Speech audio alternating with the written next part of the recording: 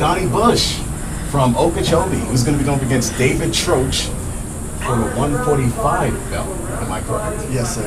Oh man, really great opponent. I think this is probably going to be the best fight on the card. And I think the reason why is because both of you guys are really good on the ground.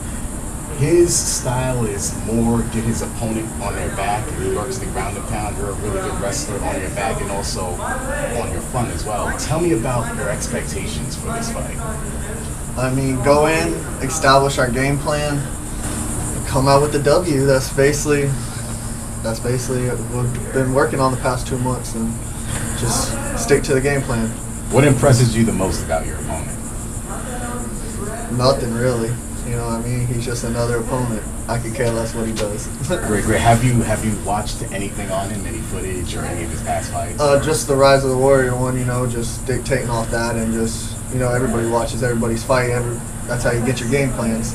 What was your thoughts on that fight? He did okay. You know what I mean? I'm not taking nothing away from him, but he's just, he's in this for the same reason I am, to win. Anything you're going to do to counter his style? As soon as I hit him, he's going to lose his game plan.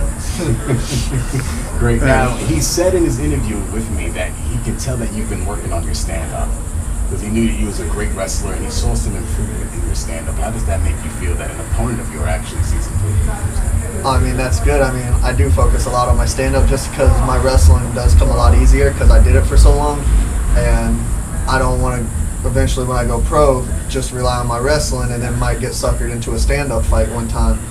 And I want to know I'm key point on my stand-up as my ground. Good. Now, how much you believe your stand-up has improved since 2 fights ago against Matt Wacken when you first got the chance to showcase it?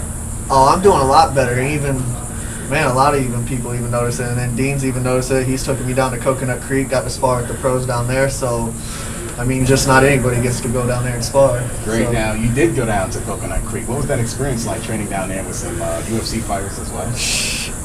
Amazing. That's it. Awesome. You can't explain the better feeling. You got all the UFC fighters there, all the Bellator fighters. I got to work with Daniel Strauss, who won the Bellator tournament, and he helped me out. And he's a phenomenal 145 fighter, so you can't beat it down there. It's awesome. Did you expect anything like that when you was on your way down there?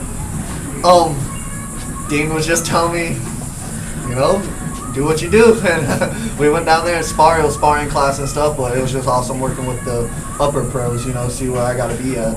Great. Because you're used to fighting, I believe, at 150. Yeah, when I first started, I was doing 55, but then when I came here, Dean was like, you're a 45er, so I just said, yes, sir, and been 45 ever since. What's the weight process been like for this? I walk around at like 58, 60. Oh. It just depends how much my grandma's feeding me that week. But other than that, I stay around 55, 58. I don't really cut hard for 45. Great. Now, you went up against 2 of his opponents before in the past. You went up against Jose Cortez, and I believe there was another fighter. I forgot his name. Ray Melvin. Ray Melvin. That was the fun one. That was the good one. That was just a walkthrough for you. Does that concern you that they went up against you, so they have some tips that on how to Nah, because I finished both of them, so I'm hoping to do the same for my third against them. Great. Anything? Any last words before you? Just thank you, Emerson, Patricia, and my grandma and my dad. Great. Kendrick Thomas and Fuse TV.